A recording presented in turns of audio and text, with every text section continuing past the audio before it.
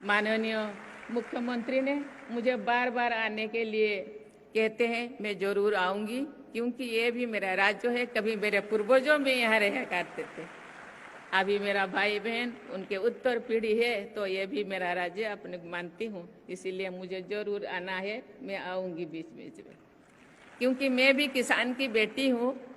यहाँ कैसे जैविक खेती किया जाता है, कैसे भंडारण, कैसे प्रावधान रोड मैप द्वारा क्या हो रहा है, मुझे भी जानकारी लेना है। मुझे तो प्रेसिडेंट के पास जाना है, गांव को खेती करना है।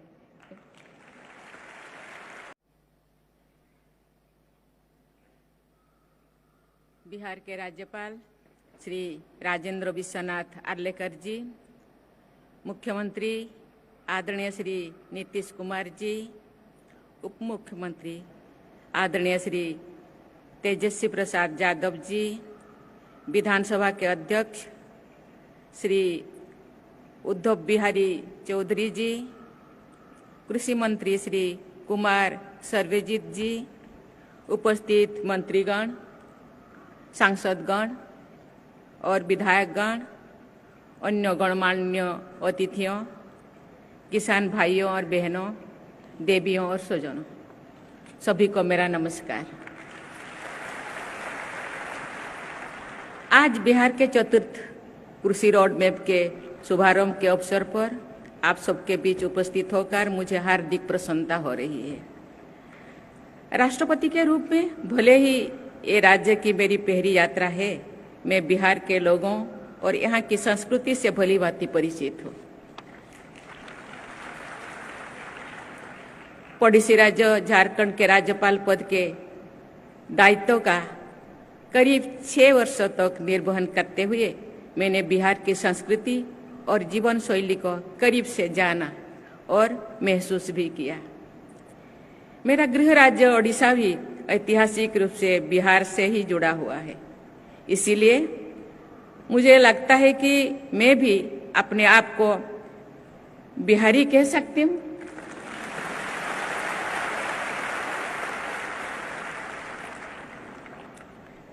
कृषि बिहार की लोक संस्कृति का एक अहम हिस्सा है। बोटोहिया, विदेशिया से लेकर कटनी और रोपनी गीतों तक की बिहार की लोक संस्कृति और साहित्य की यात्रा ने पूरी विश्व में अपनी पहचान बनाई है।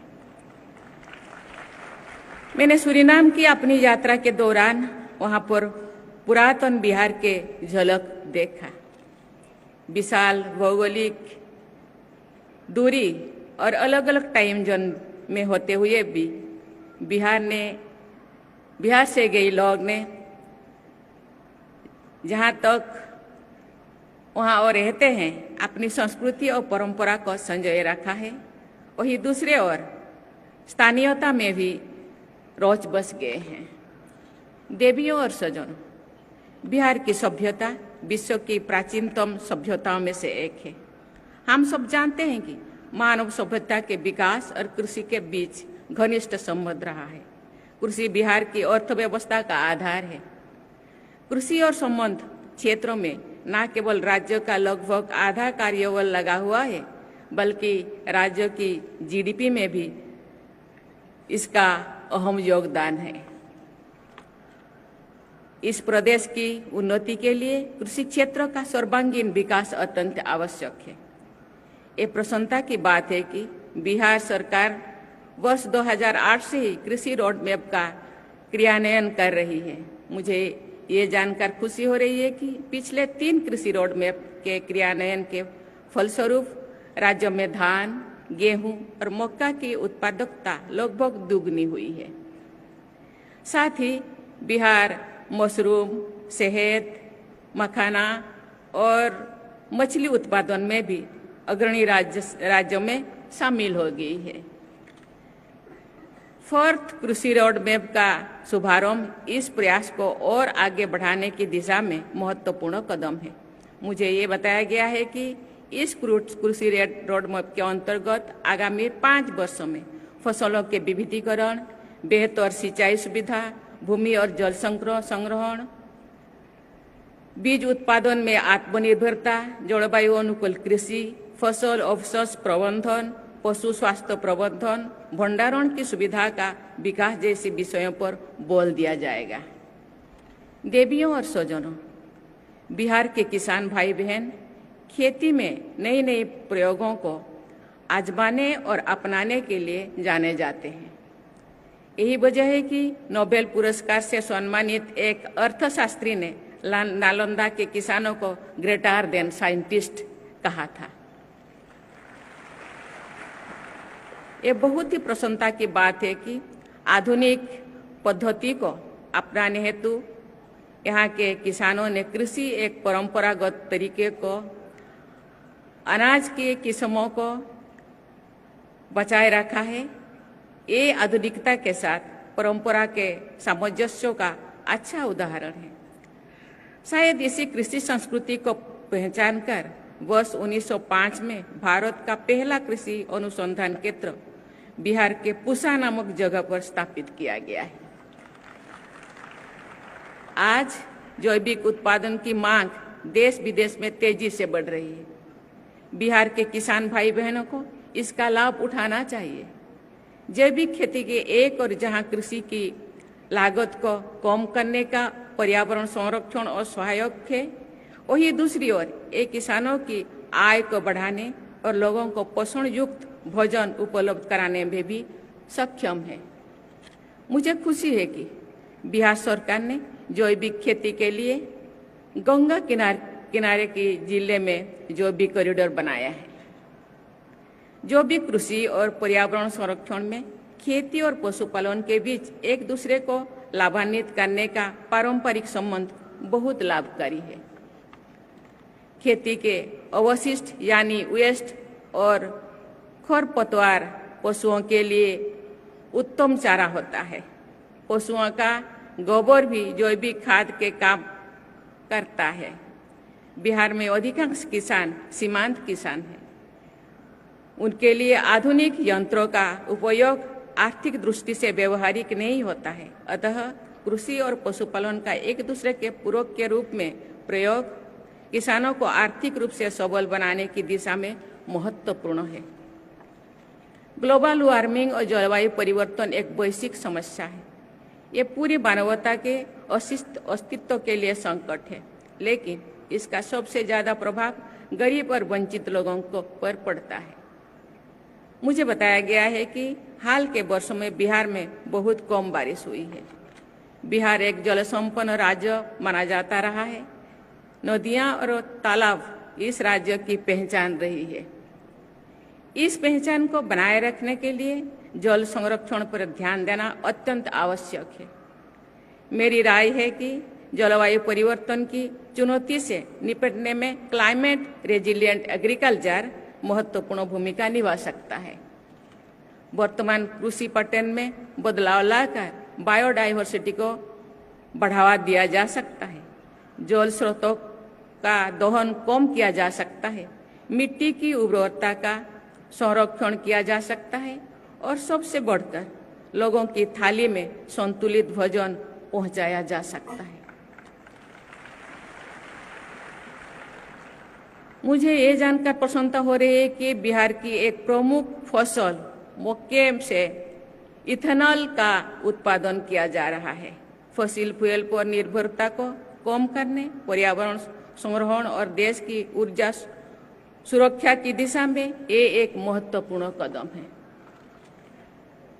सब्जियों और फलों का उत्पादन भी आर्थिक और पर्यावरण की दृष्टि से लाभदायक हो सकता है। बिहार अनानास, आम, केला, अमरूद और लीची का प्रमुख उत्पादन राज्य है। यहाँ पर गोभी, बैंगन, आलू, प्याज जैसी सब्जियां भी प्रचुर मात्रा में उगाई जाती है। बिहार के मखाना, कतरनी चावल, मोर्चा धान, जर्दालू आम, सही लीची और मोघी पान को जीआई टैग मिला हुआ है। लेकिन सब्जियों और फलों के बड़े पैमानों पर उत्पादन में भंडारण, परिवहन और बाजार जैसी समस्याओं सामने आती है। उचित भंडारण, सस्ती और विश्वसनीय परिवहन व्यवस्था, और व्यापक बाजार उपलब्ध कराकर फलों और सब्जियों के उत्पादन को प्रोत्साहित किया जा सकता है। मुझे खुशी है कि चतुर्थ कृषि रोड मैप के प्रोसेसिंग यूनिट्स बनाने, मेगा फूड पार्क स्थापित करने और एक्सपोर्ट इंफ्रास्ट्रक्चर विकसित करने जैसे प्रावधान है। देवी और स्वजनों, बिहार भगवान बुद्ध और अशोक की धरती है। उन्होंने संपूर्ण मानवता को शांति और सद्भाव का पाठ पढ़ाया है। आप इस पावन धरती के वासी हैं, इसीलिए आपसे ये अपेक्षा की जाती है कि आप एक ऐसी समाज का आदर्श प्रस्तुत करें जिसमें द्वेष और कलह की कोई गुंजाइश नहीं होना चाहिए। विकसित भारत के सपने को पूरा करने में इस प्रदेश का योगदान अत्यंत महत्वपूर्ण है, लेकिन इस सपने को सच्चाई से बदलने के लिए हमें मानव निर्मित संकीर्णताओं से बाहर निकालना होगा। बिहार को एक विकसित राज्य बनाने के लिए समेकित विकास के अलावा कोई विकल्प नहीं है। राज्य के नीति निर्माताओं और जनता को बिहार की प्रगति के लिए एक रोड मैप निर्धारित करना होगा और उस पर चलना होगा। ये बहुत ही प्रसन्नता की बात है कि कृषि रोड मैप का क्रियान्वयन किया जा रहा है। मुझे और अधिक खुशी होगी जो बिहार विकास के हर मानक पर रोड मैप बनाकर लगातार प्रगति के पथ पर बढ़ता दिखाई दे, क्योंकि ये भी मेरा राज्य है। मैं अपना राज्य मानती हूँ बिहार को। माननीय मुख्यमंत्री ने मुझे बार बार आने के लिए कहते हैं, मैं जरूर आऊंगी, क्योंकि ये भी मेरा राज्य है। कभी मेरे पूर्वजों भी यहाँ रहा करते थे। अभी मेरा भाई बहन उनके उत्तर पीढ़ी है, तो ये भी मेरा राज्य अपने मानती हूँ, इसीलिए मुझे जरूर आना है। मैं आऊंगी बीच बीच में, क्योंकि मैं भी किसान की बेटी हूँ। यहाँ कैसे जैविक खेती किया जाता है, कैसे भंडारण, कैसे प्रावधान रोड मैप द्वारा क्या हो रहा है, मुझे भी जानकारी लेना है। मुझे तो प्रेसिडेंट के पास जाना है, गांव को खेती करना है।